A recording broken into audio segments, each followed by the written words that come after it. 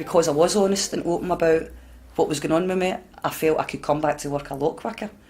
Whereas years ago when that happened, I actually had to take more time off work as a result of stigma and discrimination. I think probably going back even just probably 10, 15 years ago, it would have just been something that people really didn't talk about.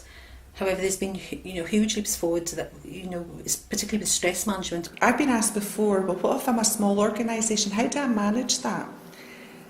I have to say that in a lot of small organisations it happens by default, and I think in a lot of places it happens by default. Even within our organisation it happens by default.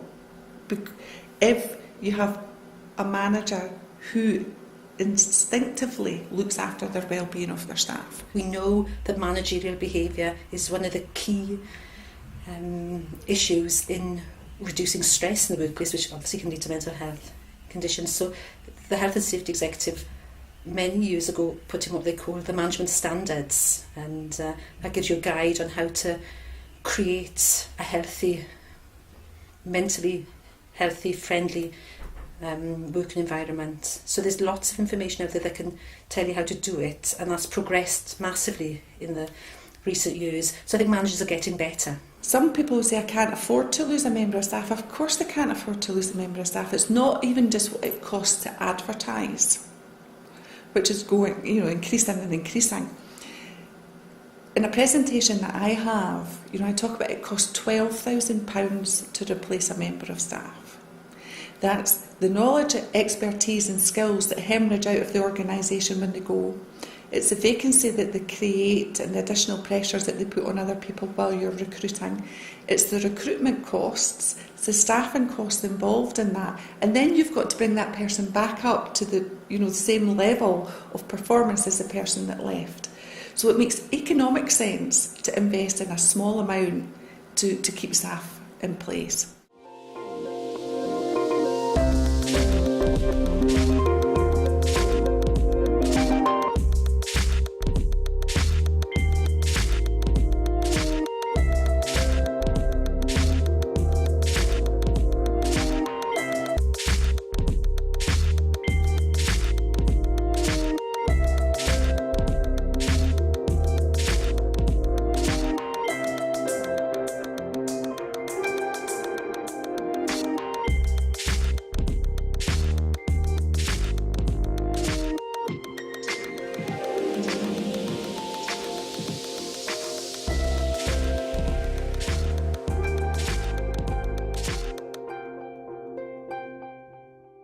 Many years ago, when I was first diagnosed with a mental illness, I openly shared that with my employer and experienced duties being taken from me, just assuming without speaking to me about how I felt about the work commitments that I had. They just assumed I couldn't cope with X, Y and Z. So that was huge for me. That had a real detrimental effect on my perception, and I was slowly coming to terms and learning what my diagnosis was. So that was huge. When I started to come back, there was very much this feeling of being watched. Again, you don't know whether that's down to your general feelings of paranoia or whether it was actually happening, but I did discover that my mail had been intercepted, and that didn't exactly help me feel that I was on my way to recovery. They just didn't believe I had anything wrong with me, because they were saying that I then didn't believe I had anything wrong with me, so it made my illness worse, because it made me fight with my head. She was quite bullying, I would say. Undermined me, wouldn't always took over for me, and I did try and deal with it, but I couldn't. I shared a workroom with a female colleague, and she was really upset that they'd moved me away and left her on her own in the room. She couldn't see why that was necessary. I loved it. I loved working with the children and helping the children, but they didn't want me there, and I felt hated. And I actually did start to feel that I shouldn't be in that job because of the way they were making me feel. And they didn't get the fact that I was struggling. It was a culture that was a bit, as I said, cliquey, and it was catty, and it wasn't supportive, and it was almost bullying that was going on, and I just wanted out. I feel I should have spoke to them directly about it, which I would do now, which I have done with new employers, and been really open and honest about it, to say, this is where I'm at work to help me keep well, it's part of my recovery, don't assume. But back then, in the early days, there was fear and stigma, and the way they were treating me, I thought, if I'm even more open about this, they might even take more, which made me feel quite powerless. So, but with hindsight now, I would not hesitate.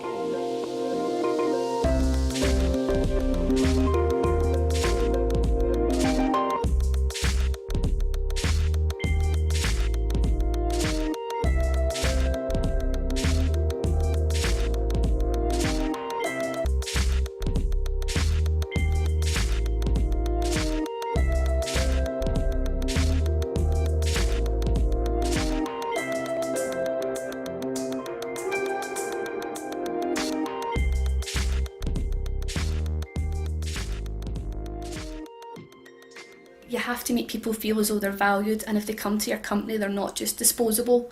If if they've got an issue like this, or if they have a time where they're not quite so bubbly or friendly or whatever, if they're not themselves, I think people have to know that they're going to be valued and supported. We need to ensure that when people are in our even before they get to employment, we need to ensure that we design out barriers that prevent people becoming employed. And we need to look at, when people work with us, that they can do that in a safe environment, and that nothing within their working environment impacts on their emotional health and well-being, particularly around their mental health. These days I'm just open about it all the time, because I find in my position as a sort of HR director that it's useful, more useful for me to be open about it and talk about it than it is not to be. Tackling your senior managers, the ones that determine the strategy for your organisation and the culture and the values, those are the people really that discussing behaviours is good with. It's all down to not knowing how to deal with it, and that's,